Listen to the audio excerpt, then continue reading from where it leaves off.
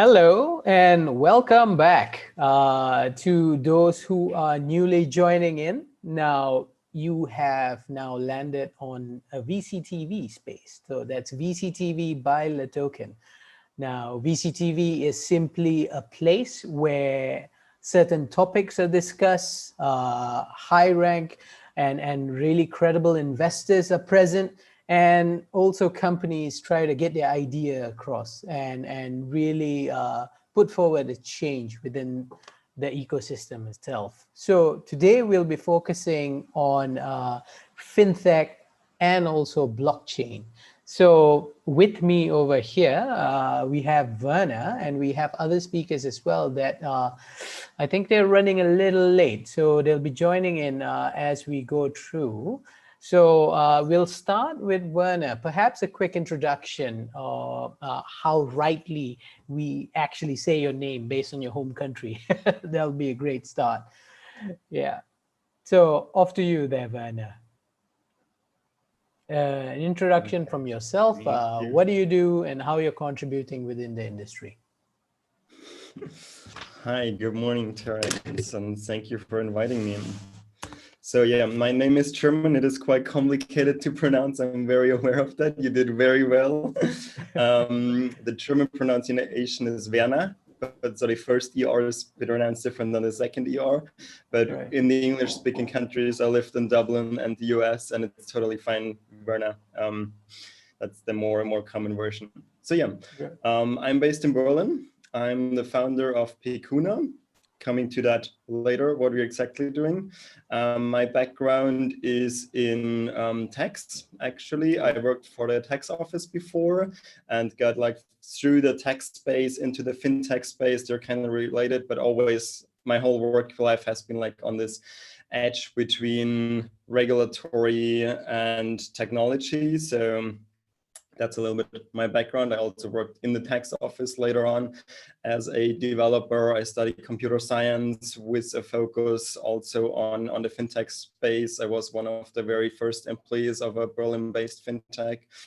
And since like January last year, I started my own company. And now I'm like fully dedicated to the blockchain space. And also, some words about Berlin. You asked me about the ecosystem. So the Berlin ecosystem is really good when it comes to blockchain. Like it's so strong. There are so many companies, also like big names that you probably would know. And therefore it was really from us as company a decision that we said, okay, we have to be in Berlin because the ecosystem is just so strong here. I also met some of your folks from LATOKEN at some conference, and you can like before the whole Corona thing went down, there was like events going on like every other day, like every 2 days there was a blockchain or cryptocurrency related meetup or gathering or something going on, and it was like just a vibrating community.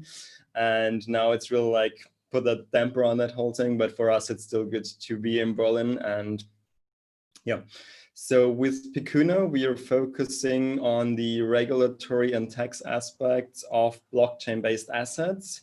So the hands-on product that we are offering right now is people who said, okay, they have any kind of problems, we can consult them, we can give them briefings. We do like online courses a lot, like information products. And if you say, okay, that's interesting for you and you're happy with our work, the next bigger thing is that we offer you like a whole compliance report that you can hand in with, for example, your bank, if you need to have a proof that this money doesn't come from money laundering or other stuff, and also hand in with your tax office if you need to declare your taxes for your income tax declaration.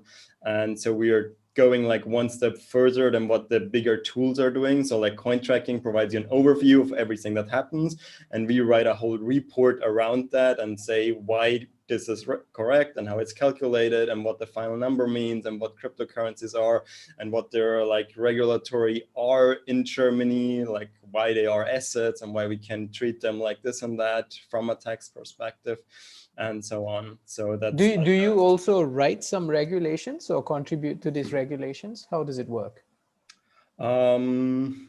we are in contact with the regulators, of course. We Okay. wish for more regulations. Like for now, I think in every country, it's a little bit of a lack of regulations. We really wish for regulations. There's a lot of things that are unclear at the moment. And we are in contact, some more official, some less official, because the scene is small when people get to know each other, and therefore we do have some influence, but we are not like actively involved. We don't have a mandate. We don't like can propose laws or something. So Right, right. Thank you for that. We're going to get back to the whole blockchain discussion with you as soon as I introduce Rishabh. Hello, Rishabh. Welcome. I'm so sorry for the delay. I was on a call with a startup for they approached us for investments, and the call got stretched for like more 2 minutes, and I'm really sorry to everyone for the delay. It just happened in the last moment. It was something really important going on, and closing that at that particular moment would have been difficult for everyone, all the stakeholders. So I'm really sorry. No, I think it's a good thing, Rishabh. It shows that you're constantly with the startups and constantly pushing them as well. So that goes to show that the people here and the investments here are actual, real. So without further ado, for those who are just tuning in or just watching us here, Rishabh, why don't you quickly introduce yourself and what you do? Sure. So firstly, it's a pleasure to be here and meet Terence again in less than 24 hours. It's a great platform, and I'm always, I always look forward to such discussions which go around different domains in the industry, and then blockchain, fintech, the revolutionizing technologies and industries in this era, in this decade, and exciting times and pretty exciting, back-to-back calls with startups. So it has been a great day up till now. Anyways, just introducing myself for those who have just joined in. I work with OneX, which is a family office based out of Dubai. We invest in early to growth stage companies and help them in scaling up. We are more of a strategic investors where we not only put our money, but also work with those ventures to provide them the necessary expertise, the necessary guidance and assistance and connect them to the industry professionals and the experts, mentors to help them in growing and going global. Some of our sister company in India, they work with startups not from blockchain because OneX is mostly into blockchain, early stage blockchain and fintech. But our sister company in India is into investments into multiple startups that is sector agnostic. And recently, we are working with something that might be interesting in this discussion today on fintech. We are working with the TD5 acceleration program. We are a partner fund with them, which is investing into DeFi ventures and NFT ventures. So DeFi and NFT is something that has really popped up in the last 1 year of the blockchain industry. We have seen how decentralized finance has, dramatically grown, breaking all the previous records. So this acceleration program is incubating ventures from the DeFi space, then providing them the legal expertise, then the legal mentorship, compliance mentorship, then PR and marketing, investments. Investment is just one part of it. They provide them multiple assistance in multiple domains and multiple fields to finally help them scaling up and get them achieve what they were planning to, what their intent was. So yeah, I mean, that's pretty much brief about myself, and I really look forward to this discussion. Pleasure to meet you, Werner. I am really looking forward to have a discussion. Thank you. Thank you for that introduction, Rishabh. I'm sure those tuning in are also keen to listen to some of the insights that will be discussed in the next few minutes. So before we start, as an introduction, again, I am Terence, and this is a platform by LATOKEN. Today we'll be talking about the investment and investment pivots in fintech and blockchain. So let's highlight a few things for the audience and those actually watching or listening from wherever you are. I guess it'll be good to kind of describe the industry first. And from what I see and from what I read at least, it's always about new tech. It's always about delivering that better financial situation, financial services or financial experience. its softwares, its algorithm, and it sounds like really what blockchain is doing. So moving on from the traditional banking system and the traditional financial services, right down to your everyday consumer products. Can you tell us, Werner, what you see around you, latest developments, trends that are coming up? Why don't you give us an introduction of what's happening within the industry itself? So, yeah, I think I follow the media, especially the blockchain media, as much as most of your viewers also. And DeFi for sure is a very big thing that's going on. Like we get a couple requests like almost daily from users who reach out to us because we are the like legal experts to ask us, okay, if I want to go into staking, how is this taxed? What do I need to do? How do I do compliance and so on? So there, the demand also from the user side is very big. Like especially staking was a big topic for us over the last couple months, especially with like the progress Ethereum had recently in the last couple months. Also other DeFi projects, people reached out to us how that like special case is or might be taxed in Germany, because still there is a big might in this area, as we don't have a lot of clearance from the government and from the lawmakers what's going on. Like they are so far behind. And also like in the general space, I do see a lot of really valuable projects. I would say it's like the 2016 of the DeFi projects that we had with the ICOs. Like right now, there is also a lot of copycats and scams around, but like over the time, this will be like cleared out, and those who actually create real value, those will be the ones standing out.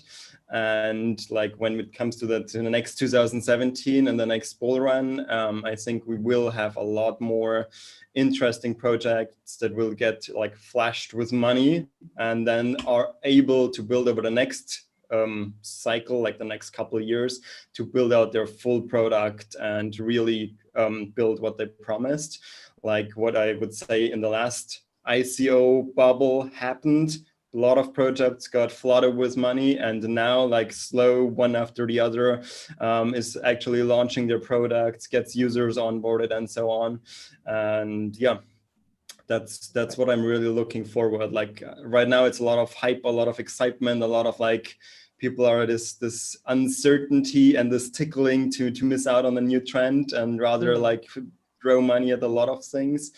And I think that will like clear up. I think there will a lot of projects will die, and it's sad, but it's like part of the process that we get to like what actually has real value and will be used. And that's one thing I'm really looking forward to see like okay, there is like really interesting stuff happening right now that will disrupt the financial industry, that will disrupt a lot of like fintechs, a lot of banks, a lot of regulatory aspects. We also see like we like work very close with tax advisors, and like they are like way behind like processes and everything. And then we're like, okay, like no, I don't even want to get into that. Yeah, because I hope they're not slowing things down at least. But you're right. From established financial institutions right to consumer-oriented services itself, we do see lots of businesses coming about. But perhaps, Rishabh, you can tell us those making waves, something different, something contemporary, something timely. Perhaps you can give us an introduction into the space itself, Rishabh, and even touching on DeFi itself. Yeah, pleasure to do that. So, I mean, let's just start this. I would like to start my arguments from the problems that are being faced. Right, 1.7 billion is the population that is underbanked and does not have access to banks, and this is almost 20% or somewhere around 10 to 15% of the total the population of the world. And if banking is something today which is a necessity. It's something, unless until you are able to make your transactions, you're able to transfer the mode of your the mode of money or any kind of currency to someone whom you would like to accept the services or offer the services. You are actually way behind if you do not have an access to banking. And blockchain was a revolutionary concept when it came to providing access of banking to these underbanked and unbanked people. It started with fintech. We know how fintech evolved. So many payments apps, so many app applications that were providing payment transactions, payment products came up, and then came up blockchain. And we all know that how one single point of failure has actually failed the whole ecosystem so many times, right? We know how 2008 happened. Just one few couple of people were taking control of so many assets that were that actually belonged to someone else, and the losses were not borne by them, it was borne by the common public. And then that's where decentralized finance comes in, that's where fintech comes in. So basically decentralized finance is providing a platform, rather a technology, which is putting this power of using the money in the hands of their owners, right? We have seen like lending and borrowing is a primary function, a secondary function of a bank. Primarily, they are into taking money and keeping it deposit, keeping it safe, safe for as they say. But secondary function is lending and borrowing, and it's them who decides, which person to give out the loan, which person to take more time to, and there are so many factors. Even if I talk about the Indian ecosystem, I think you might be knowing these names like Vijay Mallya, Nirav Modi, all these famous names, right? They have ran away with thousands and thousands of $1 million from India. And who gave these loans to them? The Indian banks. It was these banks who took the deposits from people like us, people like the common public, and then gave out these loans to these people because of their own personal relations, and there is no accountability. That is where decentralized finance comes in. That is where a platform like Compound, like a platform like Aave, a platform like XBTC, Oro Pocket. I mean, I was recently this TD5 has recently incubated Oro Pocket, which is connecting traditional finance to the decentralized finance and putting the power in the hands of the people. This is what decentralized finance is. And trust me, this is not even the beginning of it. I won't even call the beginning of it. When a baby grows, so the first 2 years are not the beginning. The first 2 years is preparing for them to start walking and on their slowly on their toes. And once they start walking, then gradually they start running, and then they become a runner. It's that stage. It's a very nascent stage. But even in that nascent stage, from $400 million to $12 billion in less than a year, that's the value that is wrapped up in this ecosystem. And that shows the kind of adoption people are having towards for these platforms, for these protocols. NFT, another application of fintech and blockchain, making its way through with so many protocols coming in. And these lending and borrowing is just a function of it. We have derivatives, we have asset management, then we have so many other protocol functions of finance that comes up, and all of them, when they'll be on blockchain, they'll be called as decentralized finance. Decentralized finance is nothing but finance on blockchain, right? You call it by any fancy name, but it is just finance on blockchain. It is just one of those applications. I think all this Bitcoin, everything is DeFi, but just for the sake of it, let's say that asset management, derivatives trading, and all happening in a true decentralized manner, not running on decentralized exchanges. I was not surprised when the volume at Uniswap actually crossed the volume at so many other exchanges. It was it's because the decentralized nature is actually creating a hype, or creating that belief in the ecosystem, that all those ventures that are building a protocol which is putting the power in the hands of the people are actually getting a lot of adoption. And I'm sure that we have a lot of exciting times too. So I'll discuss about multiple ventures that are operating in this space, and other challenges that are still there even today, even after having such a huge ecosystem. that can be solved, and those ventures, those people who are watching this show for guidance and assistance can actually try to find out these problems and work on them and come up with their own protocol and venture soon. Right, right. I think that's my next question to you as well, to look into the challenges and what the current ecosystem is facing at the moment. I mean, when we look at fintech and blockchain, we constantly talk about that money transfer, deposits, serving the underserved, bypassing the banking system. But it's also something that is useful for raising monies for startups. And that's something that I think should be highlighted as well. Why don't you give us an introduction on that and kind of take us through the ecosystem and, like you mentioned previously, the challenges that you see? Sure.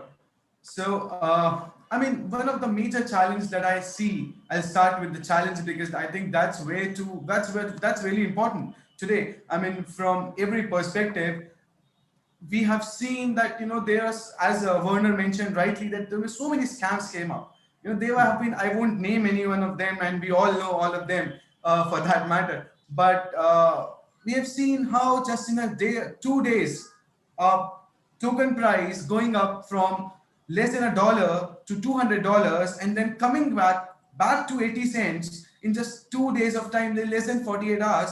And the third day, it's been declared as a scam, something that took away with millions and millions of dollars.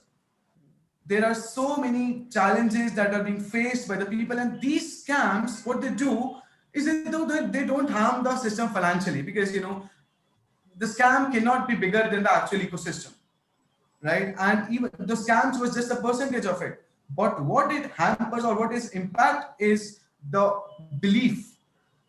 As a user, if I get to know, I read a news on CoinDesk today and they say, oh, this protocol is a scam. Next time, a good startup, a good venture comes in, and when I read about it, I would be, a little cautious. Even though project is good, but I would be a little cautious. I have to go through the compliances, whether they're compliant, whether the smart contract has been audited or not. And I'll look at so many things. So that's where the challenge is. The challenge is to create awareness. The challenge is to get this adoption to the masses.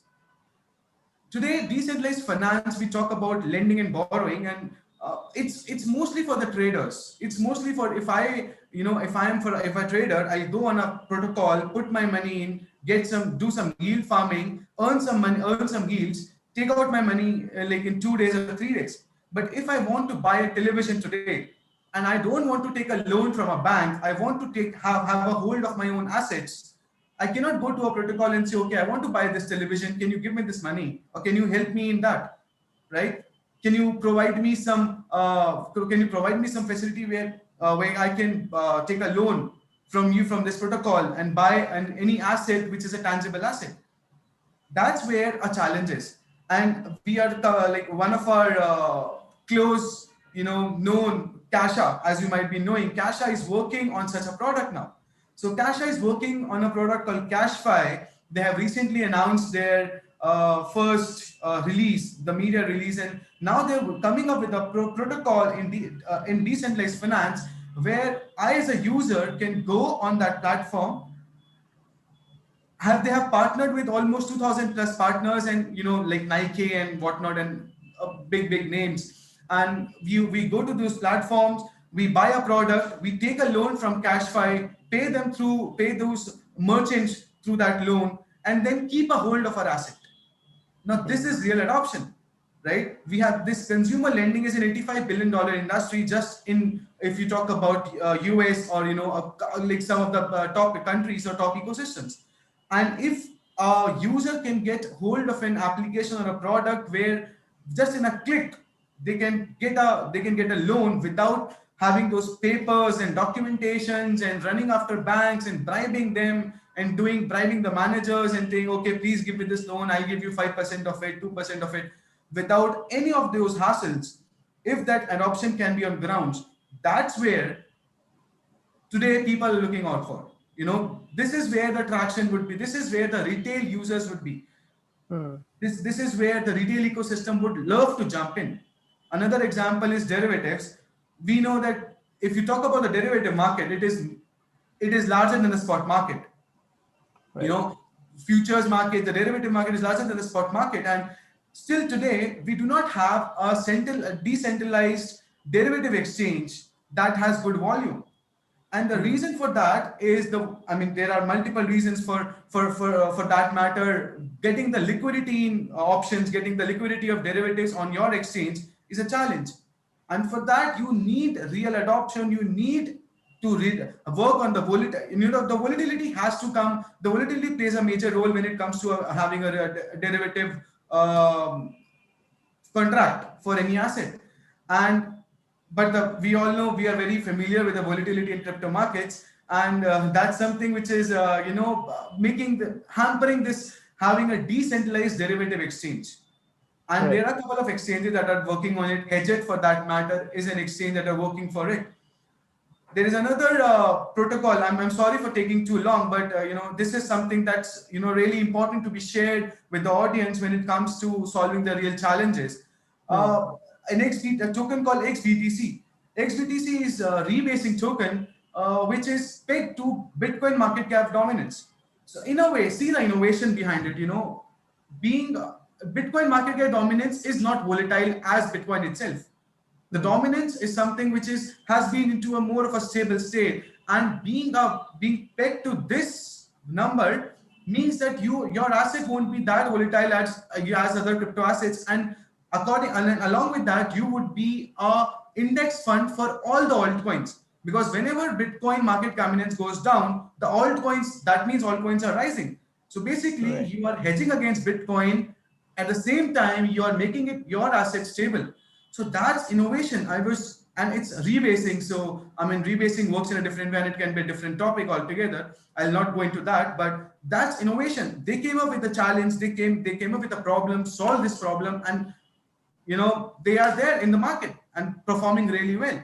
So that's how these challenges have to be spotted. And if you look at it, it's a very micro problem. It's not something, people trying to solve the biggest of the issues. But as someone has rightly said, I'm forgetting that name, that the best ventures come out by solving the smallest of the problems. I am not able to recollect the name of the person who said this, but this is actually true. So I'll give a stop to this and maybe proceed ahead, because this is something that really interests me, and it's a great industry going on presently. Right. I think that's a great overview towards what's happening now as well. And thank you for that point. Werner, I know you are also well versed with the whole blockchain ecosystem and the industry itself. Talk us through what you see on your end as well with regards to the current ecosystem, the challenges, and what's interesting on your end. Yeah, thank you. First, thank you for Rishabh. Really exciting to hear you talking, like so excited about what's happening. And I think I really share that. It's like so amazing to be part of what's going on right now. It's like it's a real revolution. And I see it really as like, that's the chance of our generation.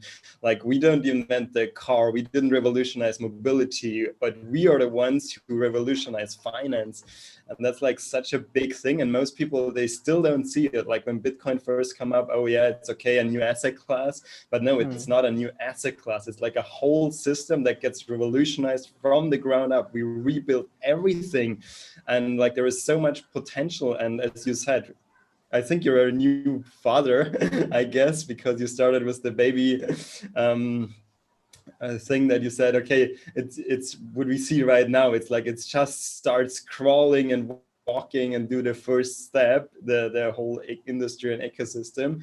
But like, let's wait a couple more years, then we will see this ecosystem running and blooming up. And at some point, this will be able to do like crazy things that we are not able to imagine right now. Like if we would be able to, that's like in 1980, imagine that Facebook will happen. Like that's how far we are right now from seeing all the possibilities. I see it very much as an evolutionary steps, like everything that's happening right now, good or bad, is part of the evolution. Like what we are doing right now, a lot is like to rebuild the things that we know from the financial world.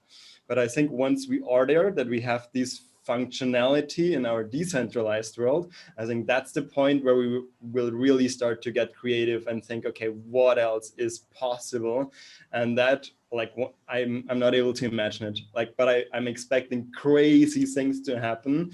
And what you said, like, founders with good ideas will just be able to raise money within a very short time to get their great ideas off the ground.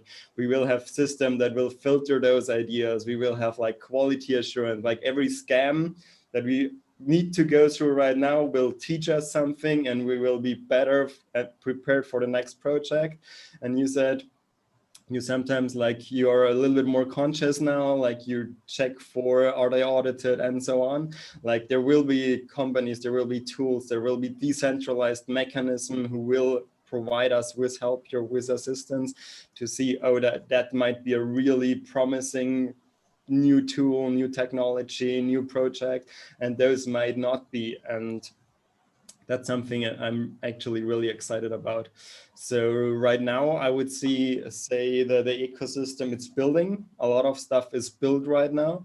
I don't see like so many loud people, so many outgoing marketing heavy projects anymore.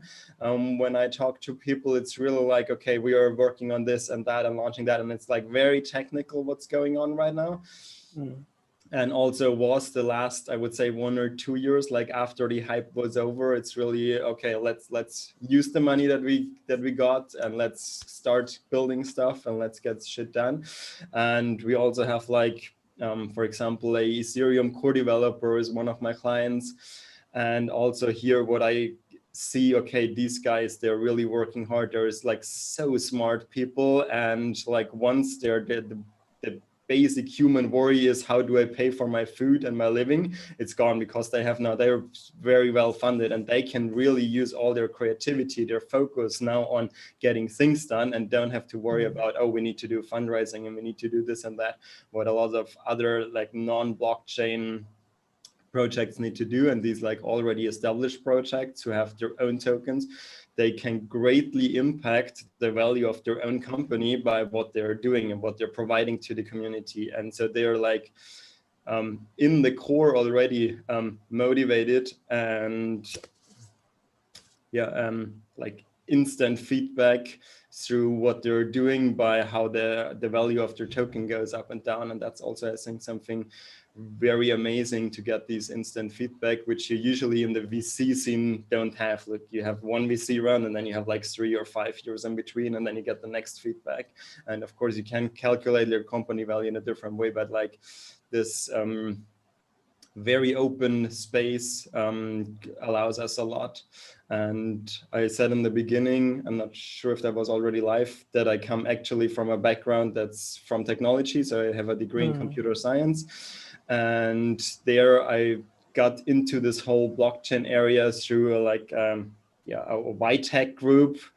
And so I come from a very privacy heavy background, and like everything should be open source and everything needs to be encrypted and so on. And then people were like, hey, you have a finance background, you should look at that project that's called Bitcoin, it's really cool. And I was like, wow, that's amazing. That's like everything we want to have in the data privacy area. And now for money, like the most behind the wall system ever is now publicly available, and it has this opportunity to grow here. And when I first realized, wow, open source, what potential that has, every website, every HTML website, you can just look at the source code. I was like, wow, blown away. And now we have the same thing, but for money happening, like the Bitcoin source code, it's open source, you can look at it, you can adopt it, you can launch your own blockchain. That's like a possibility that like most of the people in the space even don't realize how big that chance is. Like, there can be a 13-year-old kid somewhere in the middle of nowhere in a developing country looking at the Bitcoin blockchain code right now and say, oh, I have a great idea how that can be done better. What else I could do with it? I can make whatever, a currency for my school, for my community, for whatever, and just copy and paste that code and adopt it and change it to their special needs, their requirements. And that's like something, such a big thing. We've seen it a little bit in like the last ICO bubble, that people really just copy pasted and launched it under a new name. But that has a lot of potential also. What was that back then considered a scam is part of the huge potential that this technology has. Right. And Right. that is actually something I do see a lot. So okay, I think you're right there, Werner. In fact, you're both right. What the whole industry needs, I feel, with blockchain and even with blockchain in fintech, is really that probably that massive PR campaign is still needed to kind of get even from that 13-year-old kid right up to a mature audience out there to kind of get on board. Good examples, definitely. We should kind of avoid bad examples and try to learn from that. Of course, the mass adoption and definitely the flow of a little VC money there. But I think let's talk about again the characteristics of some of the companies that you see, or even some of the teams or some of the businesses that you see. Can you comment a bit, Werner, on that? Like, is there any outlying characteristics that you're seeing at the moment? what I'm seeing right now is people have creative ideas and they want to form new kinds of company structures, like decentralized organizations. But the legal framework is just not there. It's not something that ever anyone considered might be possible. And these companies are actually struggling a lot, like just to go through the way of paying your employees or your freelancers in your own token. It's nearly impossible to do that in a legal way in Germany. Like there is so many regulatory things, and so they get stuck in a lot of regulatory things. That's why we see so many companies leaving. In Europe, it's oftentimes Switzerland. There is Liechtenstein, where a lot of people go. There is Luxembourg, who has a better framework for that. So we just don't have overall these frameworks that would allow companies to evolve in what they want to be. And so they're squeezed in back in these old, like a typical limited, and you need to have like this and that person, and you need a managing director, and he's legally responsible for this and that. And it's just not possible to say, okay, we don't have a responsible person. We have like a DAO, we have like a consensus algorithm. We make decisions based on assets and so on. And that's just not possible in our legal system right now. And therefore, I see it with the people. They want to, and they're craving for that, but just the small things like having crypto as a company asset, it's hell. It's so complicated, like the whole accounting stuff, the whole balance sheet. How do you even get it as a company asset? Like even signing up on a like normal centralized exchange as a company is already complicated. There's not so many exchanges out there who allow to do that. And therefore, there is definitely change in the legal system necessary to get all these creative energy out. What I see right now is really the usual company forms because people are forced to use them. Right. I think you're right on that as well. Rishabh, what about yourself? I mean, do you think the traditional fintech versus the blockchain-based fintech startups, do they share the same characteristics? Could you comment on that as well?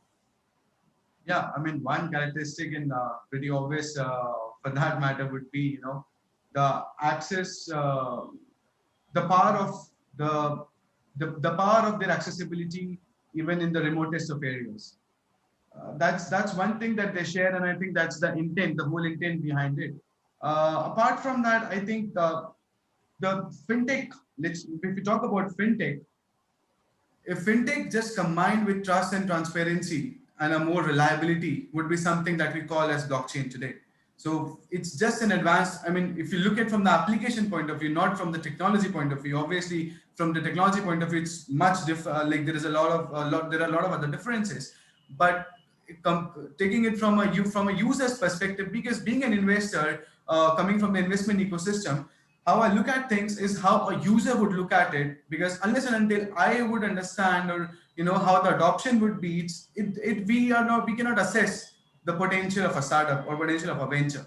So from a user's perspective, I think for a user, fintech and blockchain is more or the same thing, right? Because they are using it digitally and they're accessing their finance on their mobile phones or on their laptops, and that's what they call this is fintech.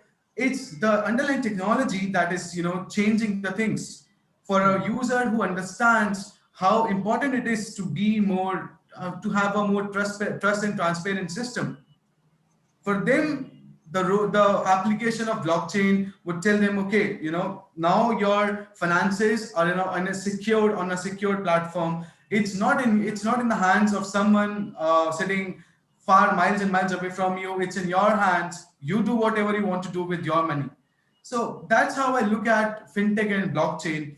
I mean, as Werner mentioned, that he has been into the legal side of it, and he has been taking care of a lot of legal aspects of these ventures. And I think that's one other problem that needs to be addressed today, or in the coming discussions, or in this ecosystem. A startup has to understand, we know about Salt, right? What happened to Salt? They were supposed to pay back $47 million after being there in the ecosystem for so many years. And we recently know about BitMEX. What happened with BitMEX? That's how the whole ecosystem is getting tainted. It's because of the practice of not having a strong foothold on the legal side of your business is what takes you down to a road which has no return path. There's now coming back from there, then taking away that you have there's so many people who are actually trying to create an awareness amongst the retail people, retail crowd, that yeah, blockchain for that matter is for your good.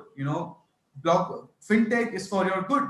And then one day such legal implications happen, and it's again going back to one we are again back for like 1 year.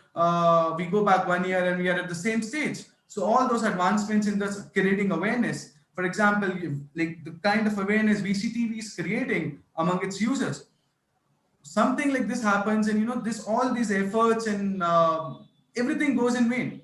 So this is where, as an investor, I would like to suggest to these ventures that make a strong legal side of your business. Be very strong with your legal and compliances.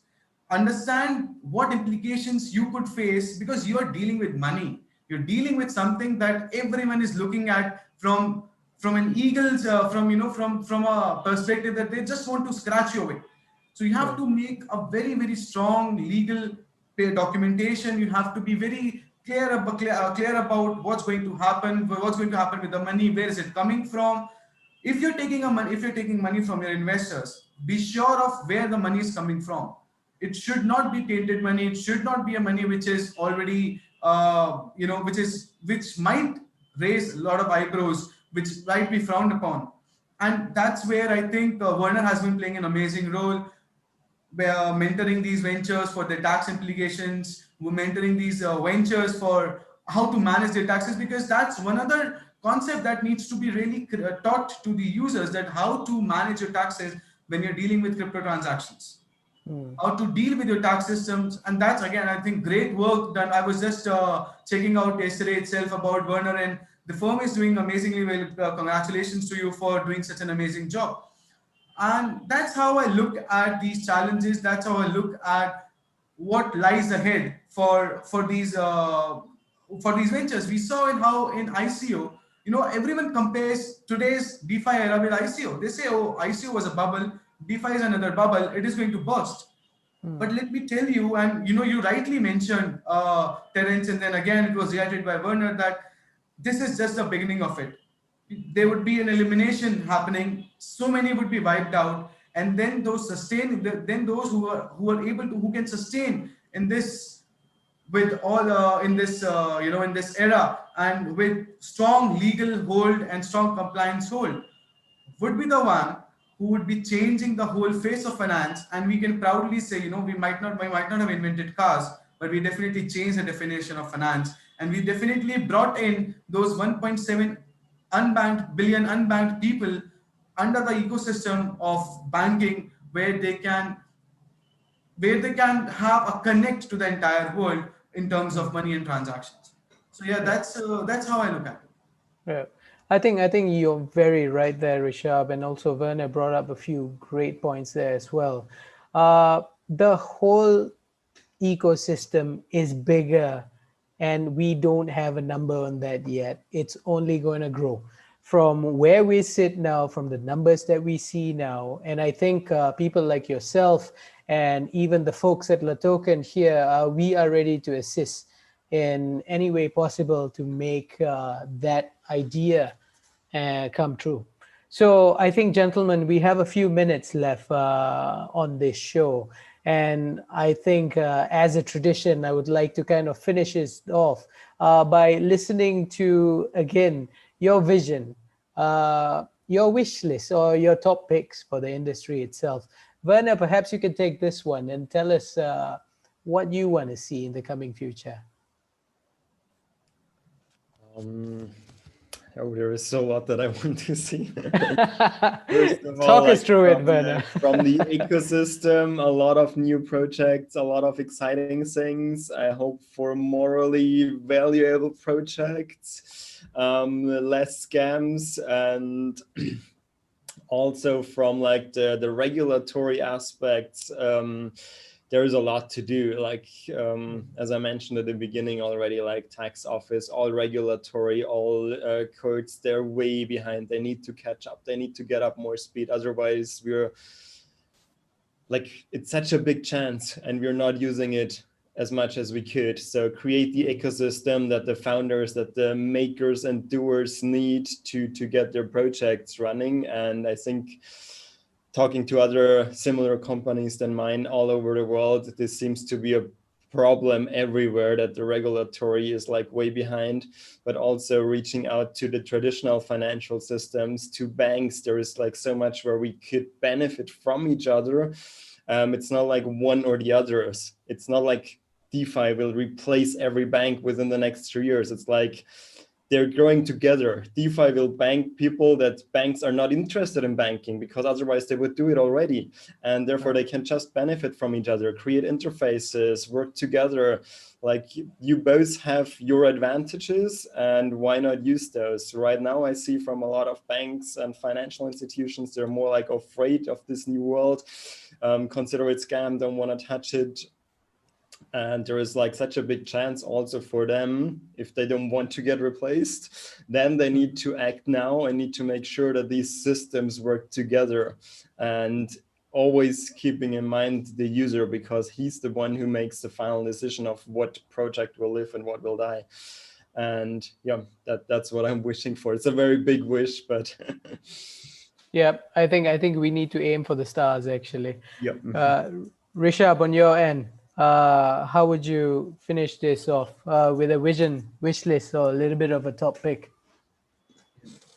I think I'll look at it. I'll answer this from two sides, two aspects. One is the technology, and the other is the usability. If you look at the technology, I mean, yesterday itself there was a Ethereum blockchain split happening, and we have seen the gas fees rising like anything. It's like transactions are becoming so expensive, and that's where I think we are all expecting Ethereum 2.2 to be something different. But I would really, talk about the layer 2 protocols this time. I mean, the layer 2 protocols are actually giving a good solution to these problems. I would like to. I'm actually looking forward to have more projects on layer 2. I'm looking forward to have projects that are actually solving this problem of high network congestion. And then, because we advanced more towards adoption, this is going to get bigger. This is not going to get smaller or something which is into more private. This is going to get bigger, and there would be, the volume of transactions will continue to increase. So there has to be a solution to this problem. Otherwise, the feasibility will become a problem. If we do not have a feasible answer to this, then after a certain point in time, we'll all have to switch to alternate solutions. The fees is rising like anything. Then the other perspective, which is rightly mentioned by Werner, is the user. It's the user has to decide who will be the king and who will be, wiped out of the ecosystem. So the products have to have products need to be catered to the real problems. I was in the, and I think one of the VCTV sessions itself, someone rightly mentioned about, when you build a product, just go before the launch, go out in a cafe nearby you, have a, ask those people to use that product, just like 10-20 people, just ask them without even having sharing any information with them, just ask them to use a product on your mobile phone and just ask the feedback from them and see how, how easy is it for them to access the product, how better, how good they feel after using your product, and you would know whether your product is good to go to the market or not. So the usability, the interface, the easy to access, because your user might not be the best technocrat. He might be just a brick and mortar shop owner who do not have any understanding of blockchain, and neither he intends to have any information on blockchain. But what he or she intends to have is an access to a platform that can make his or her work easier and smoother.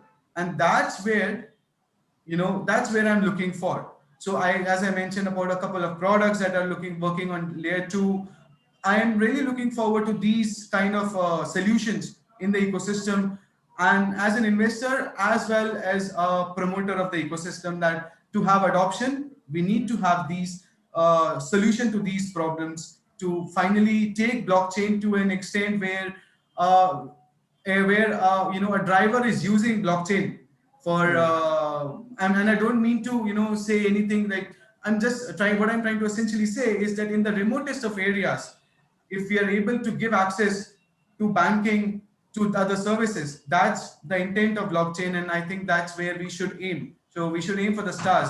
We'll definitely land up on the moon. Yep, I think that's a great way to end this as well.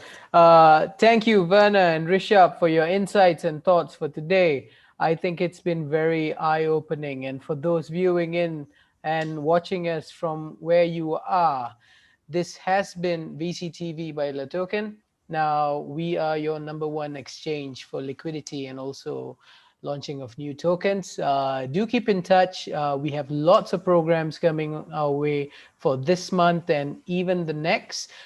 So look at our schedule and make sure you subscribe to us.